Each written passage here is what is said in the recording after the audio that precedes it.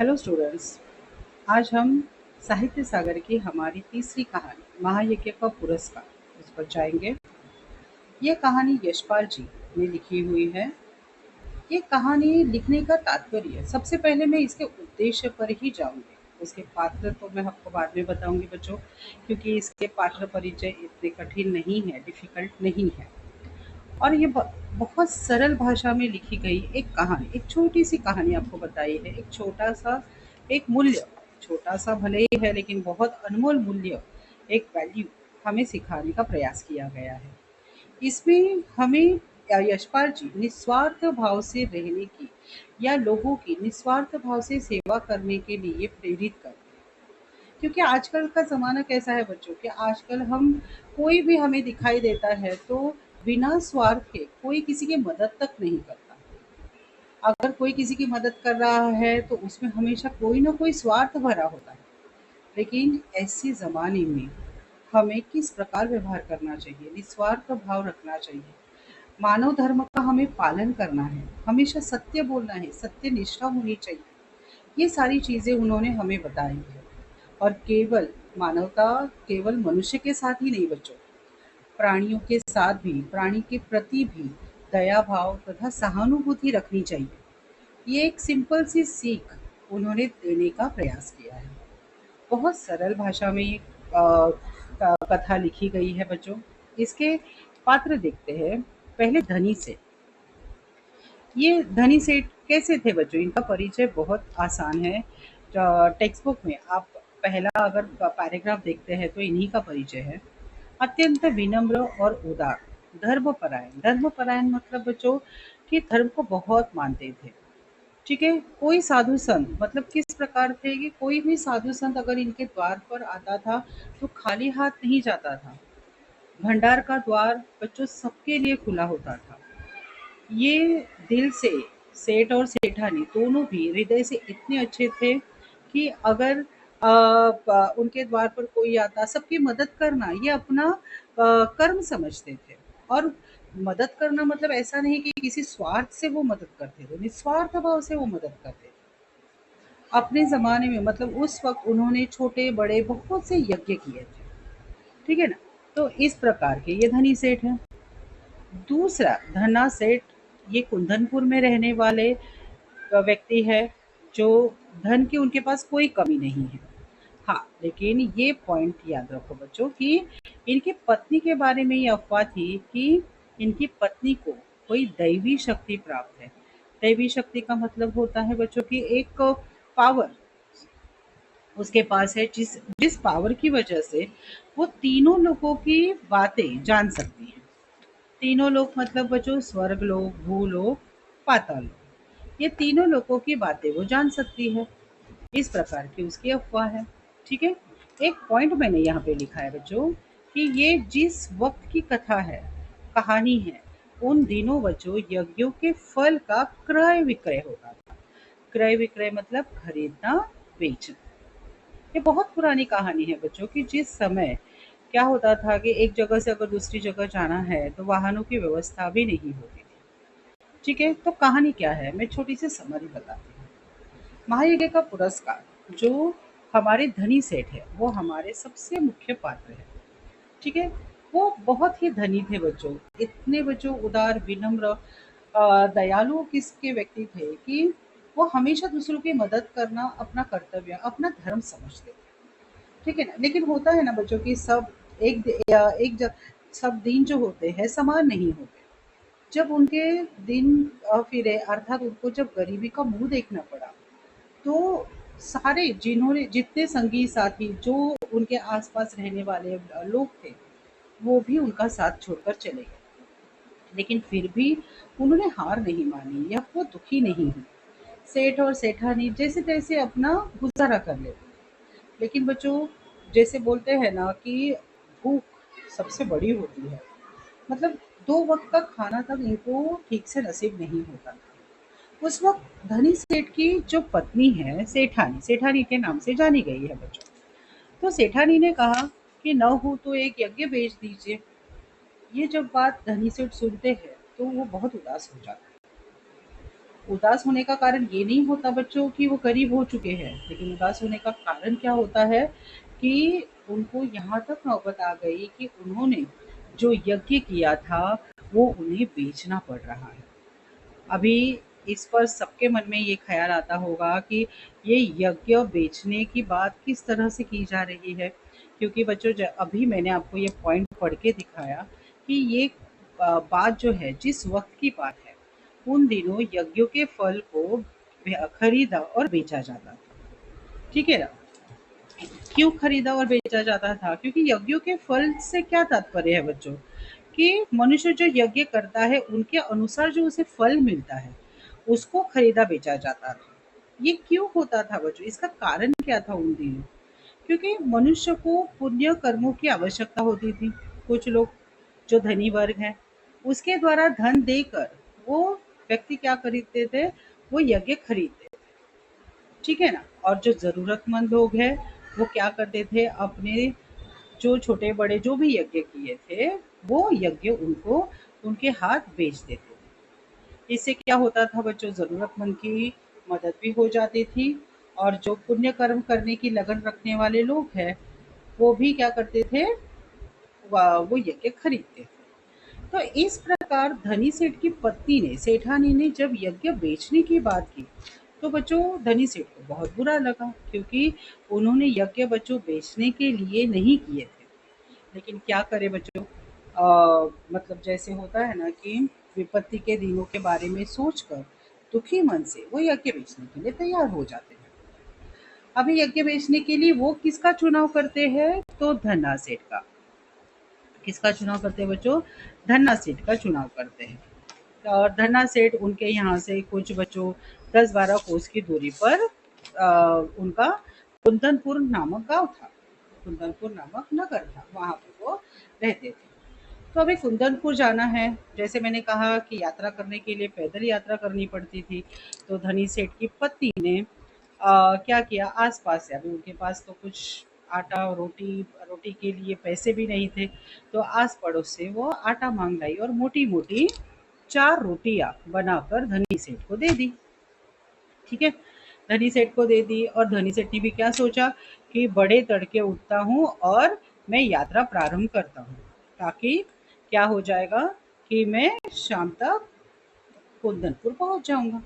तो इस प्रकार वो अपना सब सामान लेते हैं यात्रा के लिए, जो भी ज़रूरतमंद सामान है वो लेकर कुंदनपुर की यात्रा के लिए निकल जाते हैं। अभी उस वक़्त वो गर्मी के दिन थे बच्चों, थोड़ी दूर जाकर ही वो उनका पूरा शरीर जो है वो पसीने से लथपथ हो जाता है और थक जाते हैं। थकने के कारण एक जगह पर वो रुक जाते हैं आराम करने के लिए। वो सोचते हैं कि चलो थोड़ा आराम करता हूँ, खाता हूँ और फिर आगे की यात्रा करता हूँ।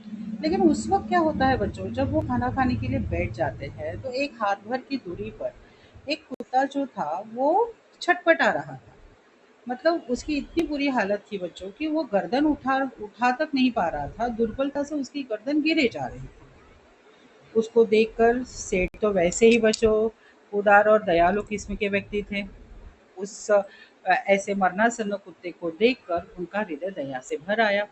उन्होंने क्या किया, तुरंत उन्होंने वो रोटियाँ खोली थी ना खाने के लिए, तो एक रोटी तुरंत उन्होंने टुकड़े-टुकड़े करके दे दी। अभी उसने तो, अभी कुत्ता भूखा था तो उसने खा ली। अभी एक रोटी खाने के पश्चात थोड़ा-सा उसमें जान आती दिखाई दी। लेकिन बच्चों जान आती दिखाई दी, लेकिन उसको ऐसे चलने-फिरने की अभी भी उसमें ताकत नहीं थी। ठीक है ना? तो इसीलिए धनी सेठ ने क्या किया बच्चों, दूसरी रोटी भी उसको खिला दी, ताकि धनी सेठ ने क्या सोचा कि चलो ये थोड़ा-सा चलने-फिरने योग्य तो हो जाएगा, इसलिए दूसरी रोटी खिला दी।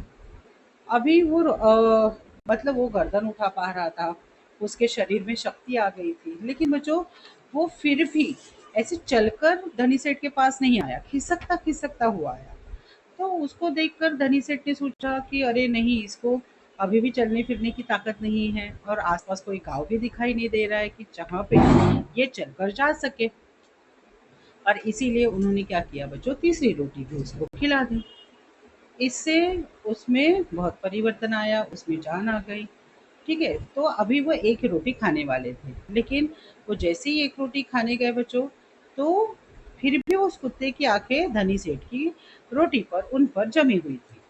तो धनी सेठ ने सोचा, जाने दो, मैं क्या है, मैं एक दिन पानी पीकर रह सकता हूँ। इस प्रकार धनी सेठ ने अपनी चारों रोटियां उस भूखे कुत्ते को खिला दी। ठीक है, और स्वयं एक लोटा उन्होंने पानी पिया, थोड़ा आराम किया, और शाम को वो धन्ना सेठ के घर पहुंच गए। अभी धन्ना सेठ के घर पहुंचने के बाद बच्चों, धन्ना सेठ ने बहुत अच्छे से उनका स्वागत किया और आने का प्रयोजन पूछा। तो धनी सेठ ने कहा कि वो क्यों आए हैं। तो धनी सेठ ने धन्ना सेठ को क्या कहा कि मैं विपत्ति में हूँ, संकट में हूँ, आपके हाथ एक यज्ञ बेचने आया हूँ। तो धन्ना सेठ कुछ बोलते उससे पहले ही तब उनकी पत्नी ये सेठानी आ जाती है और धनी सेठ को क्या कहती है बच्चों कि हाँ, हम यज्ञ खरीदने के लिए तो तैयार है, लेकिन आपने किया गया, आपके हाथ को किया हुआ महायज्ञ अगर आप बेचेंगे तो हम खरीदेंगे, मतलब आपको महायज्ञ बेचना होगा। और सेठ तो अभी धनी सेठ तो आश्चर्य से देखने लगे, महायज्ञ, और वो भी आज किया हुआ। वो कहती है ना बच्चों कि आज आपने जो महायज्ञ किया है वो देना है। धनी सेठ समझ नहीं पाते। धनी सेठ को लगता है कि अरे मेरा मजाक उड़ाया जा रहा है, शायद क्योंकि अ, धन्ना सेठ की पत्नी के बारे में जो अफवाह थी वो तो धनी सेठ ने भी सुनी थी कि इन्हें तीनों लोगों की शक्ति प्राप्त है, दैवी शक्ति प्राप्त है, जो तीनों लोगों की बातें जान लेती है। तो ये इस तरह से बातें क्यों कर रही है। तो थोड़ी देर बाद धनी सेठ को लगता है कि शायद इनको मेरा यज्ञ खरीदना ही नहीं है, इसीलिए मेरा मजाक उड़ाया जा रहा है। लेकिन धना सेठ की पत्नी वापस कहती है कि आज आपने भारी यज्ञ किया है, आप उसे बेचेंगे तो कहिए। तो अभी सेठ को रहा ना गया, सेठ बोलने लगे, अरे मजाक छोड़िए। तो सेठानी वहां पे बच्चों स्पष्ट करती है कि उन्होंने कौन सा महायज्ञ किया। तो कौन सा महायज्ञ किया था बच्चों। तो वो कहती है धनी सेठ को कि स्वयं भूखे रहकर चारों रोटियां जो आपने आज भूखे कुत्ते को खिला दी, ये कोई महायज्ञ से कम नहीं है।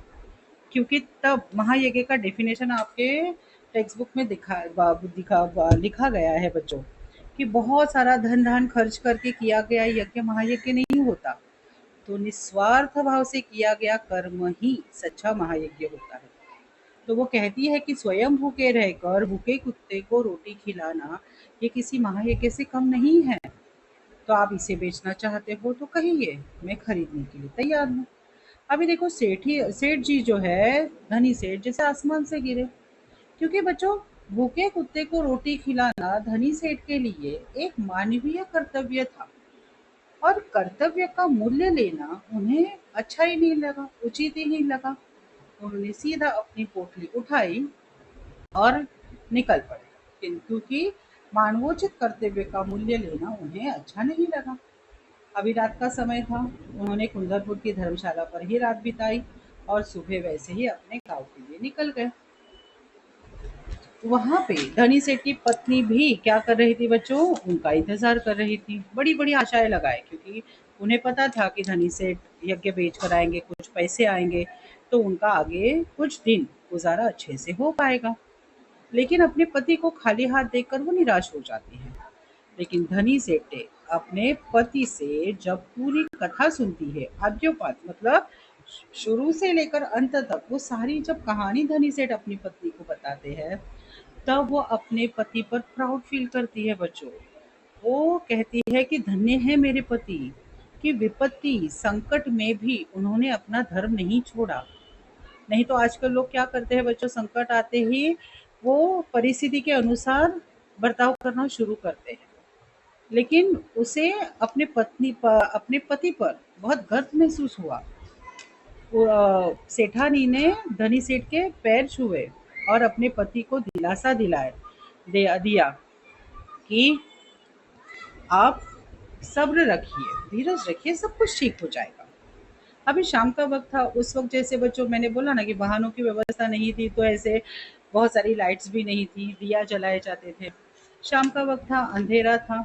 तो जो धनी सेठ की पत्नी है वो अंदर जा रही थी, तो किसी चीज से उसको ठोकर लगी। किसी चीज से ठोकर लगी, अभी अंधेरा था तो इसीलिए उसको दिखाई नहीं दिया। वो संभल कर दालान में थी, दालान मतलब बरामदे में थी।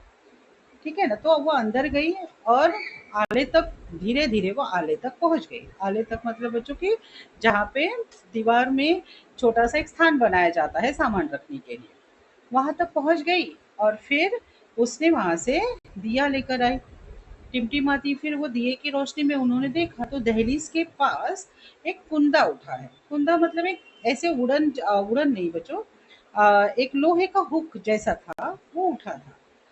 अभी पत्थर जैसा उनको तब दिखाई दिया। तो अभी दोनों भी कहने लगे, अरे ये तो कल तक तो था नहीं, अब ये कहाँ से आया है।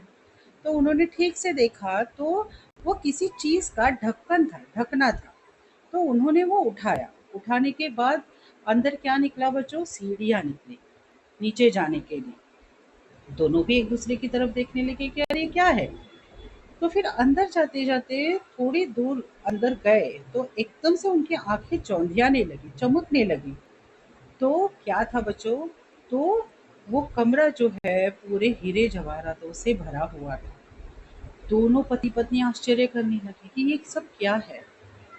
लेकिन उनको एक आवाज सुनाई दी कि सेठ, आज जो तुमने स्वयं भूखे रहकर एक भूखे कुत्ते को रोटी खिलाई, एक मरनासन्न कुत्ते को चारों रोटियां खिलाई, वो उसका ये पुरस्कार है।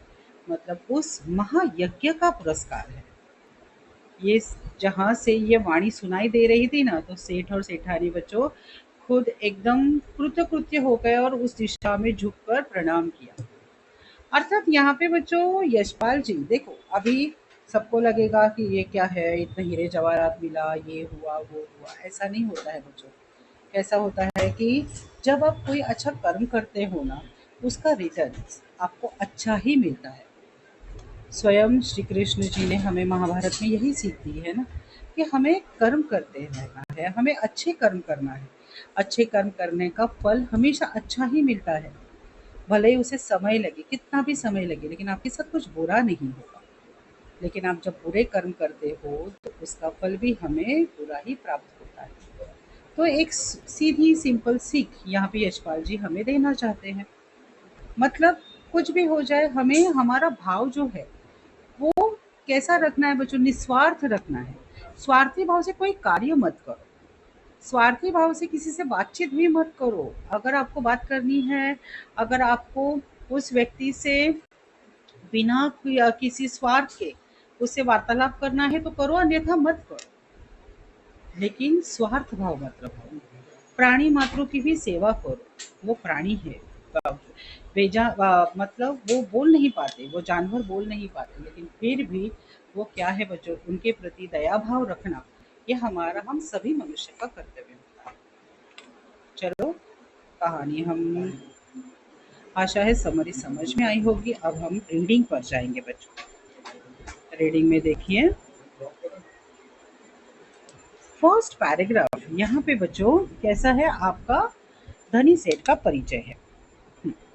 एक धनी सेठ थे, अत्यंत विनम्र और उदार, धर्मपरायण इतने कि कोई साधु संत उनके द्वार से निराश न लौटता। भरपेट भोजन पाता। भंडार का द्वार सबके लिए खुला था। जो हाथ पसारे वही पाए। जो हाथ पसारे वही पाए मतलब जो जो जिसे जिस जिस चीज की जरूरत थी वो वस्तु उन्हें प्राप्त होती। सेठ ने बहुत से यज्ञ किए थे और दान में न जाने कितना धन दीन दुखियों में बांट दिया था।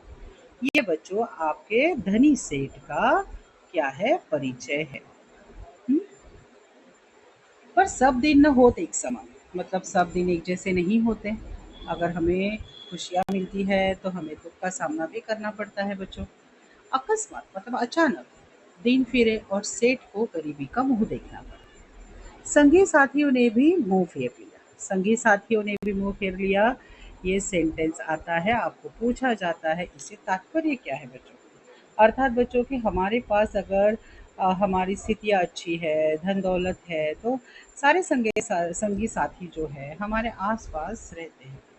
किंतु जब हमें विपत्ति में, संकट में, जब उनकी ज़रूरत होती है, तब वो हमारा साथ छोड़कर चले जाते हैं।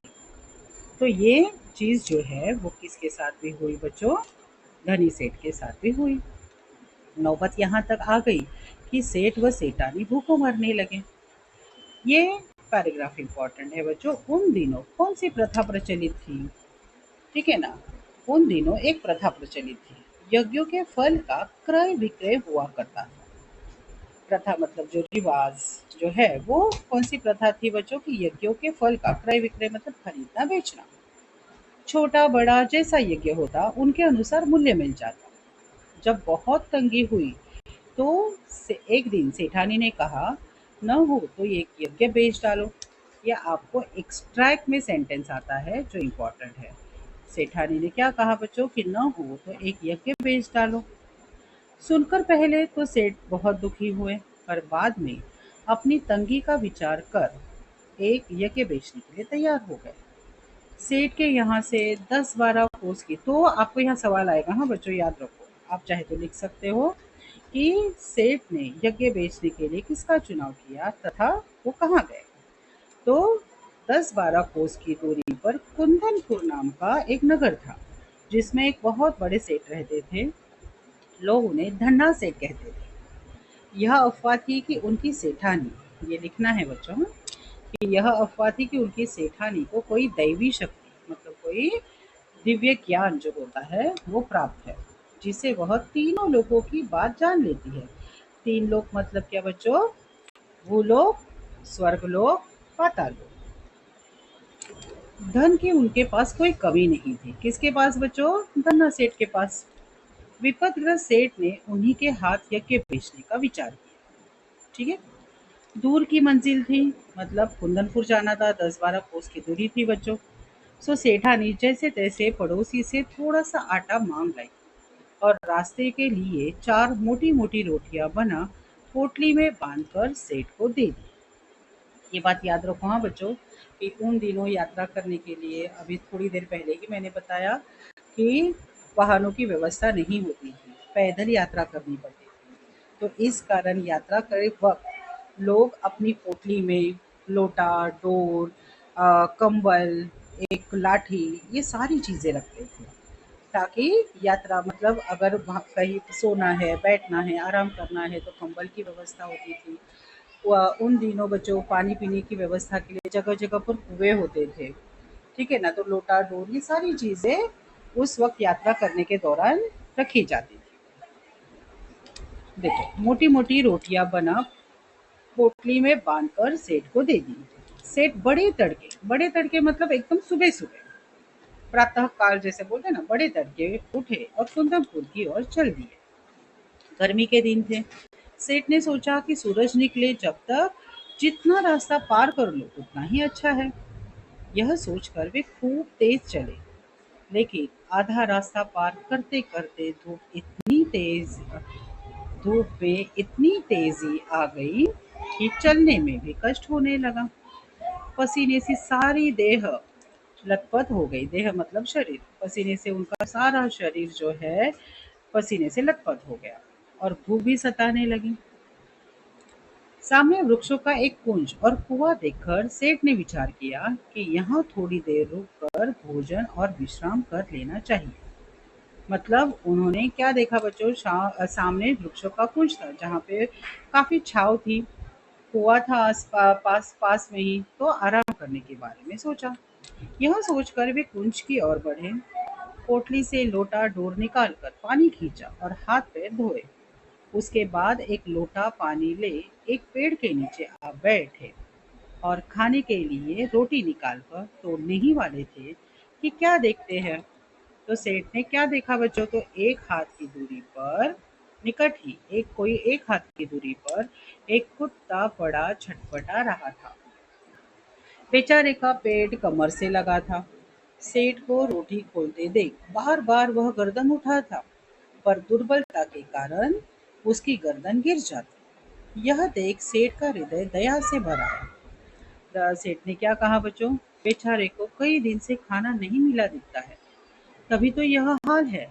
सेठ ने एक रोटी उठाई। अभी ये पैराग्राफ बच्चों, इसमें क्या महत्वपूर्ण है वो समझो हाँ, कि यहाँ पे आपको बताया गया है बच्चों कि सेठ ने क्या सोचकर उस कुत्ते को रोटियां खिलाई।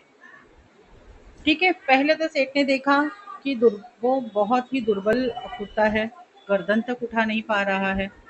तो बेचारे को कई दिन से खाना नहीं मिला दिखता है, तभी तो यह हाल हुआ है। सेठ ने एक रोटी उठाई और टुकड़े टुकड़े कर कुत्ते के सामने डाल दी। कुत्ता भूखा तो था ही, धीरे धीरे सारी रोटी खा गया। अब उसके शरीर में थोड़ी जान आती दिखाई दी। वह मुंह उठाकर सेठ की ओर देखने लगा। उसकी आंखों में कृतज्ञता थी, मतलब वो उपकार मान रहा था, उसकी आंखों से वो झलक रहा था।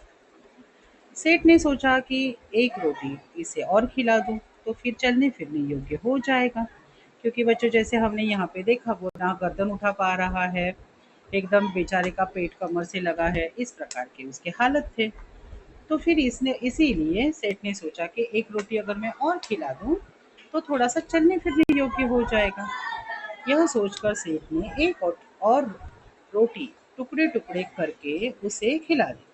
2 रोटियां खाने के बाद कुत्ते के शरीर में शक्ति आ गई।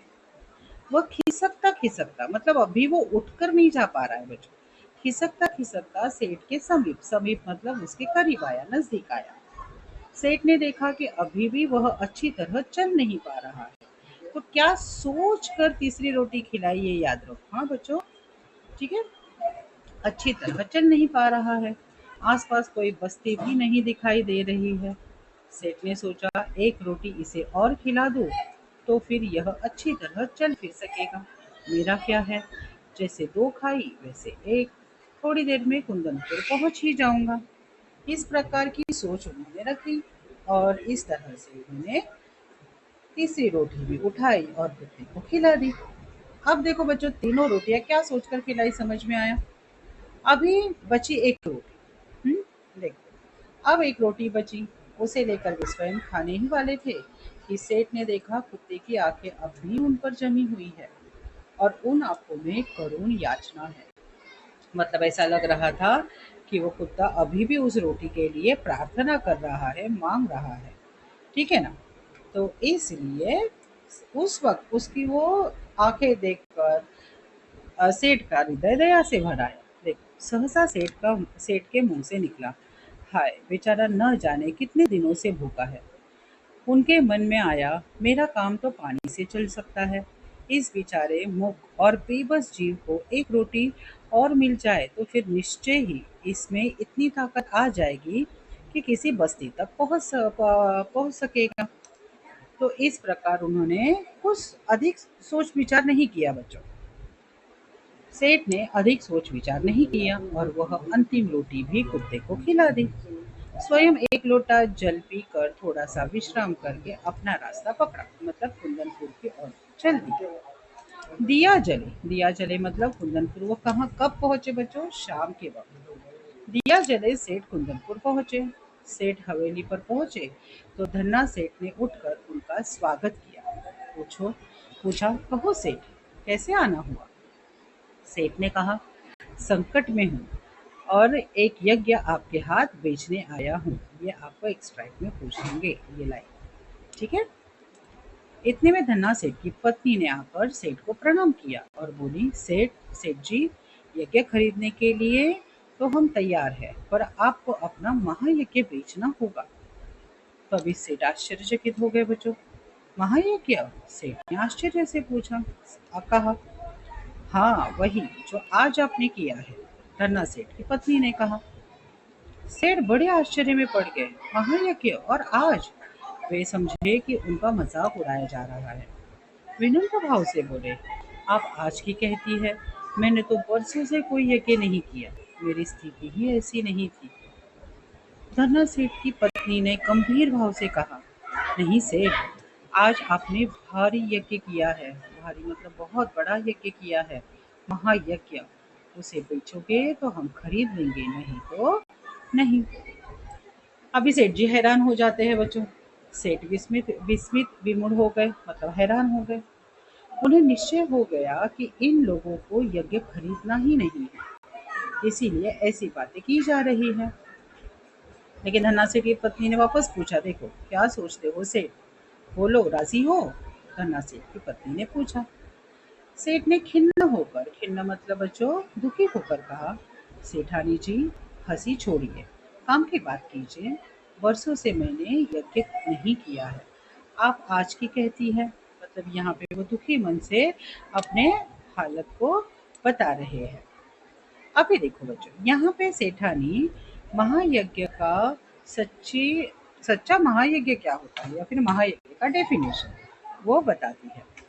तो क्या बोलती है, देखो सेठानी ने समझाया, बहुत इंपॉर्टेंट है बच्चों। सेठानी ने समझाया कि आज रास्ते में स्वयं न खाकर चारों रोटियां भूखे कुत्ते को खिला दी, यह महायज्ञ नहीं है तो और क्या है। आपको यहाँ पे सवाल आ जाता है हाँ बच्चों, कि सेठानी के अनुसार सेठ जी ने कौन सा महायज्ञ किया था। तो आपको ये लिखना है और विद एक्सप्लेनेशन। हाँ, सिर्फ ये एक लाइन लिखकर पर्याप्त नहीं होगा। यज्ञ कमाने की इच्छा से, देखो यज्ञ कमाने की इच्छा से धन दौलत लुटाकर किया गया यज्ञ सच्चा यज्ञ नहीं है। तो सच्चा यज्ञ क्या है बच्चों, तो निस्वार्थ भाव से किया गया कर्म ही सच्चा यज्ञ महायज्ञ है। क्या आप इसे बेचने के लिए तैयार है, ऐसे सेठानी ने पूछा। सेठ मानो आसमान से गिरे, क्योंकि सेठ ने ये उम्मीद ही नहीं की थी कि इस प्रकार भी इसका भी कुछ मूल्य हो सकता है। तो उसने उन्होंने कहा, भूखे को अन्न देना सभी का कर्तव्य है, उसमें यज्ञ से ऐसी क्या बात। लेकिन फिर भी अभी सेठानी वापस पूछती है, देखो क्या विचार है सेठ जी, यज्ञ बेचना है कि नहीं, सेठानी ने पूछा। क्योंकि सेठानी को यज्ञ खरीदना था, उसका मूल्य देना था। सेठ ने कोई उत्तर नहीं दिया, चुपचाप पोटली उठाई और हवेली से बाहर चले आए। क्योंकि उन्हें, ये लाइन अंडरलाइन करो बच्चों, आंसर में लिखोगे तो वेटेज बढ़ जाता है। उन्हें मानवोचित कर्तव्य का मूल्य लेना उचित न लगा। मानवोचित कर्तव्य मतलब मानवता से भरा कर्तव्य। ठीक है। कुंदनपुर की धर्मशाला के चबूतरे पर भूखे पेट जैसे तैसे रात बिताकर पाँव फटे। अभी भूखे पेट क्यों समझ में आया बच्चों, क्योंकि उन्होंने ऑलरेडी जो 4 रोटियां थी वो उन्हें उसे ही कुत्ते को ही खिला दी थी, तो बेचारे भूखे थे। बेचारे कुंदनपुर की धर्मशाला के चबूतरे पर उन्होंने रात बिताई। पाँव फटते ही मतलब जैसे ही सूरज निकला, वहां से चलकर अगले दिन शाम को सेठ अपने घर पहुंचे, क्योंकि उन्होंने पैदल जाना था बच्चों। सेठानी बड़ी बड़ी आशा लगाए बैठी थी, सेठ को खाली हाथ वापस आया देख आशंका से कांप उठी। बोली, क्यों धन्ना सेठ नहीं मिले। क्योंकि वो बेचारी बड़ी बड़ी आशा लगाए बैठी थी ना कि चलो धन्ना से मतलब अपने पति देव आएंगे, अगर यज्ञ बेचा होगा तो कुछ पैसे मिल जाएंगे। तब सेठ ने, मतलब धनी सेठ ने आद्योपांत मतलब शुरू से लेकर अंत तक सारी कथा सुनाई, मतलब क्या क्या हुआ। सुनकर सेठानी की सारी वेदना न जाने कहाँ विलीन हो गई। विलीन होना मतलब क्या बच्चों, जैसे गायब हो गई। हृदय उल्लसित हो उठा, मतलब वो बहुत प्रसन्न हो उठी। देखो दोनों पति पत्नी कैसे है बच्चों। विपत्ति में भी सेठ ने धर्म नहीं छोड़ा, ये लाइन याद रखो बच्चों। धन्य है मेरे पति। सेठ के चरणों की रज, मतलब चरणों की धूल मस्तक पर लगाते हुए बोली, धीरज रखे, भगवान सब भला करेंगे। इस प्रकार बच्चों उन्होंने अपने जब उनको कहानी सब पता चली, सारी कथा पता चली कि क्या हुआ था रास्ते में, तब उन्होंने सेठानी को अपने पति पर बहुत ही गर्व महसूस हुआ। रात का अंधकार फैलता जा रहा था। सेठानी उठकर दिया जलाने के लिए दलान में आई तो रास्ते में किसी चीज से ठोकर लगी, गिरते गिरते बची। संभल कर आले तक पहुंची मतलब मैंने बताया ना बच्चों कि घरों में ऐसे दीवारों में क्या किया जाता था, कुछ छोटी सी जगह जहाँ पे कुछ सामान रखा जाए। तो आले तक पहुंची और दिया जलाकर नीचे की ओर निगाह डाली तो देखा कि दहलीज के सहारे एक पत्थर ऊंचा उठा है, जिसके बीचों बीच एक लोहे का कुंदा लगा है। इसी कुंदे से उन्होंने ठोकर खाई थी। शाम तक तो वहां पत्थर बिल्कुल उठा भी नहीं था। अब वह यह अकस्मात कैसे उठाया। सेठानी बहुत चक्की सी खड़ी रही, मतलब उसे बहुत शौक हुआ, आश्चर्य हो गई। फिर सेठ को बुलाकर बोली, देखो तो यह पत्थर यहाँ कैसे उठाया है। सेठ को भी अचरज हुआ। अचरज होना मतलब ही बच्चों आश्चर्य हुआ। दिए की टिमटिमाती रोशनी में उन्होंने ध्यानपूर्वक देखा तो पता चला कि वह किसी चीज का ढकना है, मतलब ढक्कन जो होता है ना वो है।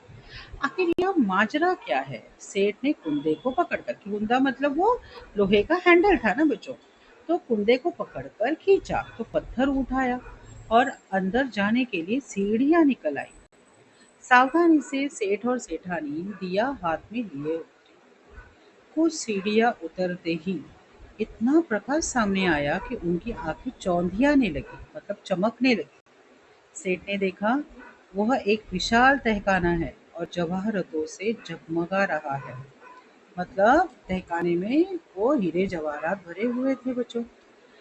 देव की मतलब भगवान की इस माया का रहस्य उनकी समझ में नहीं आया। दोनों निस्तब्ध खड़े थे। तभी एक अदृश्य पर स्पष्ट स्वर में उन्हें सुनाई दिया। क्या सुनाई दिया बच्चों? वो सेठ स्वयं भूखे रहकर अपना कर्तव्य मानकर प्रसन्नचित मन से तुमने मरनासन्न कुत्ते को चारों रोटियां खिलाकर उसकी जान बचाई। उस महायज्ञ का यह पुरस्कार है। अर्थात बच्चों, धन्ना सेठ की पत्नी जो महायज्ञ महायज्ञ कर रही थी ना बच्चों, वो यही था कि महायज्ञ उन्होंने स्वयं भूखे रहकर इतनी वो लंबी यात्रा कर रहे थे बच्चों, लेकिन फिर भी उन्होंने ये नहीं सोचा कि मैं इतनी लंबी यात्रा कर रहा हूँ, भूखा कैसे रह पाऊंगा, कैसे वापस में जा पाऊंगा। ये सारी बातें बिना सोचे उन्होंने उस कुत्ते के बारे में सोचा कि और सोचकर अपनी चारों की चारों रोटियां उसे खिला दी। इस महायज्ञ की धन्ना सेठ की पत्नी बात कर रही थी। और लेकिन अभी देखो, धनी सेठ को कुछ पता था क्या बच्चों ये महायज्ञ है और मुझे इस प्रकार का कुछ फल मिलने वाला है? बिल्कुल नहीं। लेकिन फिर भी उन्होंने वो कर्तव्य माना अपना। लेकिन भगवान ने इसी कर्तव्य का उनको पुरस्कार दिया। सेठ और सेठानी इस दिव्य वाणी को सुनकर कृतकृत्य हो गए, मतलब धन्य हुए। वहां धरती पर माथा टेककर उन दोनों ने भगवान के चरणों में प्रणाम किया। मतलब यहाँ पे बच्चों समझ में आया, इसीलिए मैंने शुरुआत में आपको ये उद्देश्य समझाया कि किस कोई भी आप कार्य करते हो ना तो निस्वार्थ भाव रखो। निस्वार्थ भाव रखते हो, सत्य और ईमानदारी के मार्ग पर चलते हो ना तो कोई भी विपत्ति आए बच्चों, संकट में आपको राह मिल ही जाती है। ठीक है ना? आशा है आपको लेसन समझ में आया होगा। कहानी का उद्देश्य जो है वो डिस्क्रिप्शन में डाल दूंगी बच्चों, आप देख सकते हो। धन्यवाद।